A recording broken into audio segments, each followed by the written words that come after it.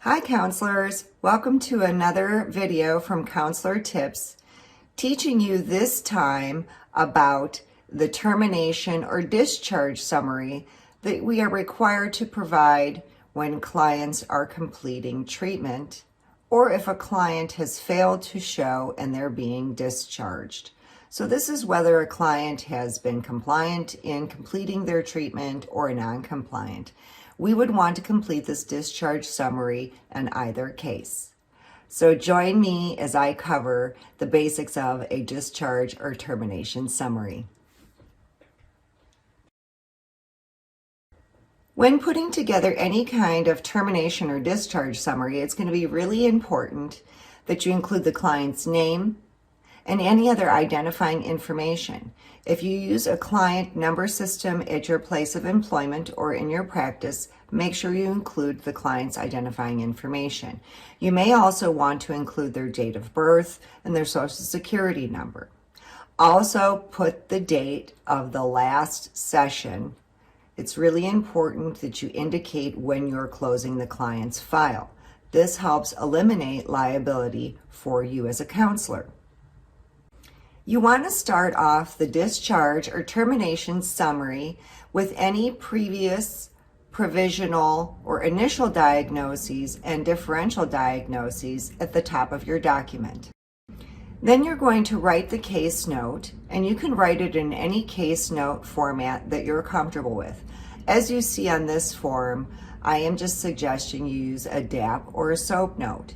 If you need to know how to write a DAP or a SOAP note, please go to one of my earlier videos that indicates how to write a DAP or a SOAP note.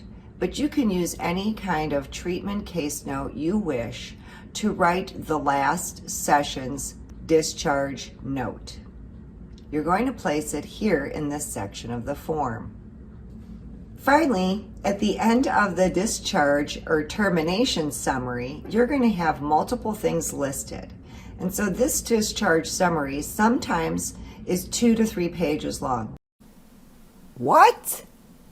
But don't be discouraged because it's considered ethically sound to document thoroughly while terminating the counseling relationship. So the first area that you're going to indicate at the end of this discharge summary is the final diagnosis, the diagnosis the client had when they terminated counseling with you. The next section is the presenting problems. So you'll take these right off of your treatment plan and put them briefly in a bullet point format as to what problems the client presented with. The next section comes again right off the treatment plan. It is what were the goals of therapy. So you just take them right off of the treatment plan and list them here on the discharge summary.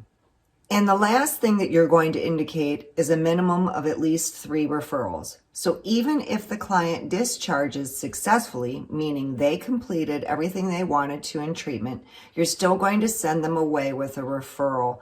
And I always recommend a minimum of 3. So it may be resources in the community. It may be sending them back to a psychiatrist just for regular follow-ups. It may be sending them back to their physician for their annual checkup.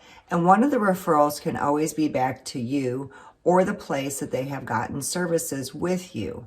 So don't forget to always include referrals. It shows that we are providing the standard of community care required to us. And lastly on this form are signatures. You will sign this discharge summary, and if you are being supervised, it is imperative your supervisor review this discharge summary and sign it as well. If you really want to be thorough, you too can have the client sign this and provide them with a copy. Thanks for joining me for this video, and I know that it has been tremendously helpful to you.